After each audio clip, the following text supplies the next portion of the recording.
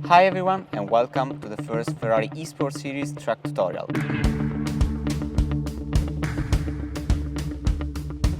We will start in style with the star of the previous Ferrari eSports Championship, the Ferrari 488 Challenge Evo, capable of delivering 500 horsepower and be less than 1,300 kilograms. Come on board with us in the classical British circuit of Brands Hatch. But now let's get straight into our hot lap. We reach 240 coming into the first corner from the main straight, and we brake exactly at the sign with the brakes riding that we see on the left of the track to approach a blind downhill right-hander. Watch the bumps that could suddenly move the car outward. We shift down to 4th gear and we aim to the inside curb without touching it, to not have too much slipping. We use all the outer part of the track coming out of the corner, and we brake few meters before the bridge for turn 2.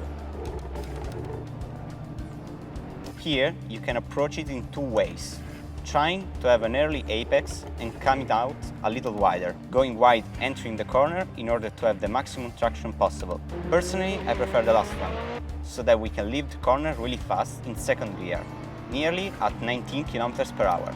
Short downhill, straight to turn 3. Very easy to go wide while braking. We take the sign at the right of the track as a reference to brake hard. Shifting down to 3rd gear and looking for the curb on the inside. If you have not carried too much speed entering the corner, you can use all the outside curb in the exit. Another straight before turn 4.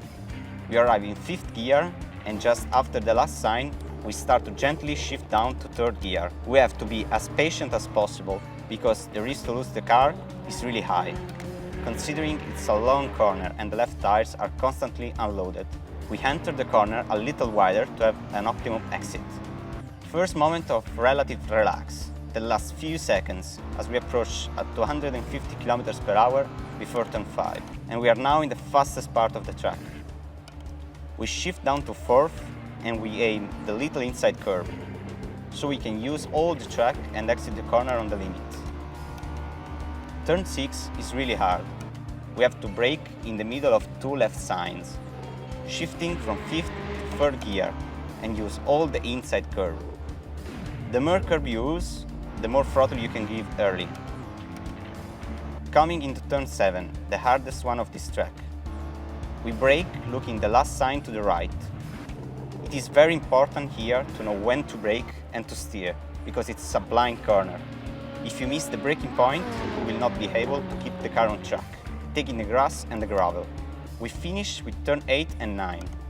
For the first one, nearly a 90-degree corner. We brake at the sign and we downshift a gear. While the last one, we don't have a clear reference for braking. We approach it at 210 km per hour, and we go down from 5th to 3rd, in the moment we get closer to the red and white protections. In the exit, we have to carry a lot of speed, nearly tapping the grass on the left and crossing the finish line. And this was a lap of Brands Hatch.